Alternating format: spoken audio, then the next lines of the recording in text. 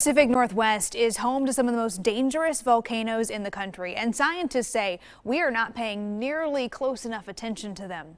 Mount Hood, in our own backyard, could soon get some much-needed new monitoring systems, but a critical project 7 years in the making has now been delayed another year.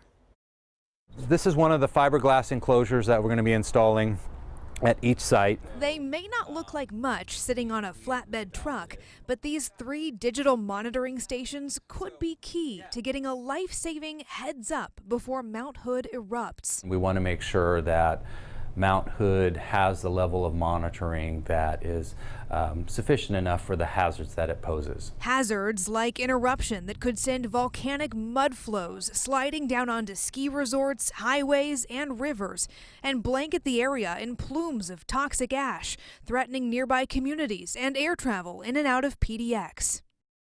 The impacts could be devastating, which is why geophysicists like Benjamin Pauk say the more warning we have, the better.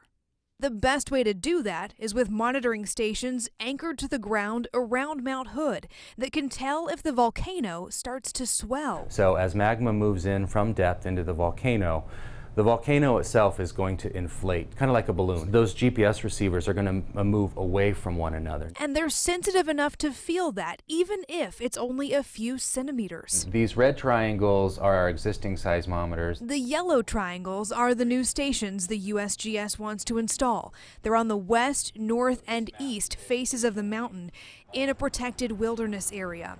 That has made this process much more difficult. It requires installing and putting in new equipment into the wilderness, and the quickest and the most efficient way to do so is using a helicopter. Not allowed without special permit from the Forest Service.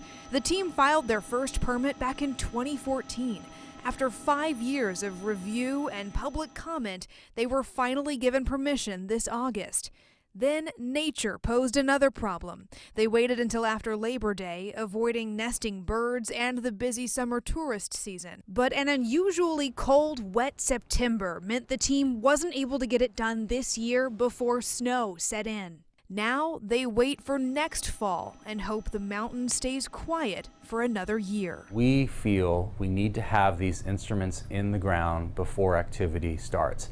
If there was a small uptick in activity and we didn't have a sufficient monitoring network in it, we'd be putting ourselves in a situation where we're playing catch up. So we'd have to go in there after it's too late. Now, with these new installs, Mount Hood will have 11 seismic monitoring stations. It's about the same as on Mount Rainier, but far short of St. Helens, which has 21.